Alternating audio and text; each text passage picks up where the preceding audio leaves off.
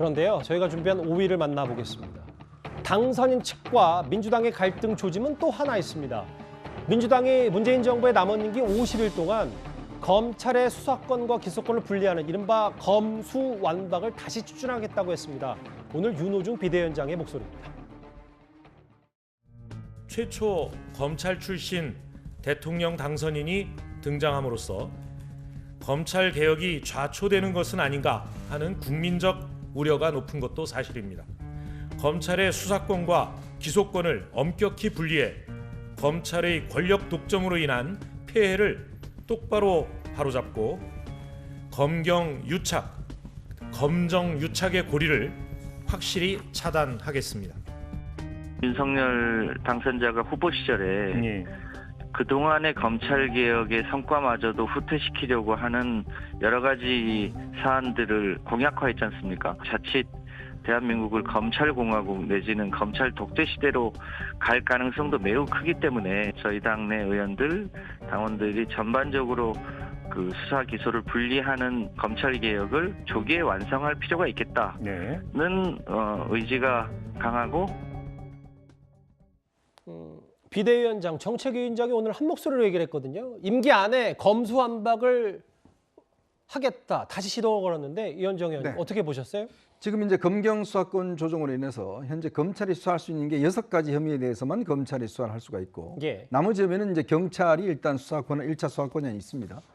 검찰이 다시 뭐 수사를 재요청할 수는 있지만 여전히 검찰의 수사권이 제한돼 있습니다. 그런데요, 지금 이번 대선 과정을 거치면서 우리 국민들이 검경 수사권 조정의 그 결과가 어땠는지를 다 목도를 하셨습니다.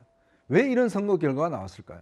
지금 여당에서 그렇게 이야기했던 검경 수사권 조정이 결국은 검찰의 수사 능력을 현격하게 떨어뜨려 버렸어요.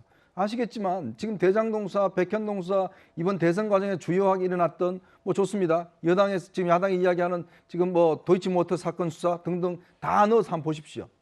도대체 검찰이 이렇게 수사를 무능하게 못하는 검찰 한번 보셨습니까? 역대로 뭔가 결론 내는 게 없습니다. 그리고 결론도 내지도 않아요. 벌써부터 아직까지 2년째 수사하고 있는 거 결론도 안 내고 있습니다. 자, 그런데 일단 경찰에 넘어간 거 뭐 조금 이상 이번에 특활비 같은 경우도 보면 법인카드 같은 경우는 경찰로 넘겨버렸어요. 그럼 경찰에 지금 뭘 수사하는지 우리 국민들은 알지를 못합니다. 자, 그런 것들을 우리 국민들이 이번 대선 과정에서 목도를 하셨습니다. 이 검경 수사권이라는 게 결국은 우리나라 사정의 수사 권한, 사정의 능력 자체를 현격하게 떨어뜨렸다라는 것이 제가 볼 때는 많은 국민들이 공감하실 겁니다. 그런데 이제 여당이 더 하겠다. 여기에 대해서. 그럼 뭘 더 하겠다는 겁니까? 아예 그냥 수사 능력을 제로로 만들겠다는 이야기입니까? 그러니까 자기들이 왜 선거에 졌는지에 대한 저는 최소한의 반성부터 해야 된다. 바로 이런 문제들, 즉 수사 능력을 보지 않고 무조건 검찰 수사권을 없애야 된다라고 주장함으로 인해서 결국 국민들이 가지고 있는 이 피해를 어떻게 할 것인지 문제를 고민하지 않고 또 이제 윤석열 당선인이 나오니까 검찰 수사권을 다 빼앗겠다? 제가 볼 때는 좀 이번 대선 결과를 다시 보셔야 될 것 같습니다. 근데 복형 대변인, 민주당 내부 기류를 한번 여쭤볼게요. 오늘 중앙일보 보도를 보니까 이재명 전 지사 지지자들 혹은 민주당 지지자들이 윤호중 비대위원장한테 검찰개혁 확실히 처리해달라. 개혁법안 처리 지연은 지지자들과 약속을 등지는 것이다. 물론 뭐 개개인 의원들의 생각은 다 다를 수 있어도 이런 일부 지지자들의 문자 폭탄의 압박 때문이라도 검수완박을 밀어붙일 수밖에 없다. 이런 뭐 사연 아닌 사연이 있다. 이런 보도가 나왔거든요. 저 문자 폭탄이 뭐 하루 이틀 있었던 것이 아니고요. 제가 이제 저 박병석 의장님의 비서실장으로 있었지 않습니까? 각종 법안이 처리될 때마다 박병석 의장님께 수만 개의 심지어는 문자 폭탄이 와요. 이제 그런 것들이 지지자들의 생각을 표현하는 것이고 또 의원들은 국민의 대표이기 때문에 그런 부분에 대해서 흔들리는 의원들은 저는 소신이 없는 의원들이다라는 생각을 하고요.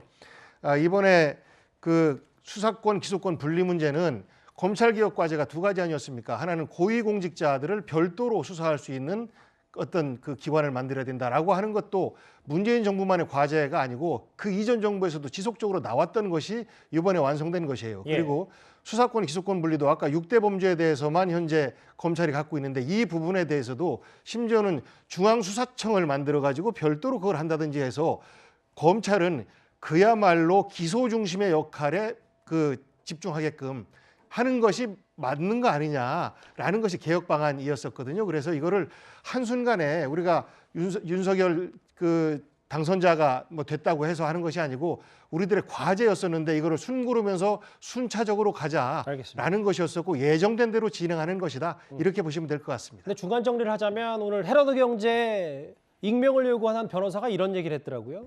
윤석열 당선인이 대통령이 됐다는 것은 검찰 개혁에 대해서 조금 더 많은 국민들이 공감하지 않았다는 것이다. 그러니까 문재인 정권의 검찰총장이었고 그리고 검찰 개혁 때문에 뭐 이게 검찰 개혁 문제는 아니지만 추미애 전 장관과도 꽤 사사건건 맞부딪혔는데 이 발언을 했는데 이러면 검수완박에 대해서 임기 50일 남았다고 하더라도 속도 조절해야 되는 거 아닌지 이런 의견도 있습니다.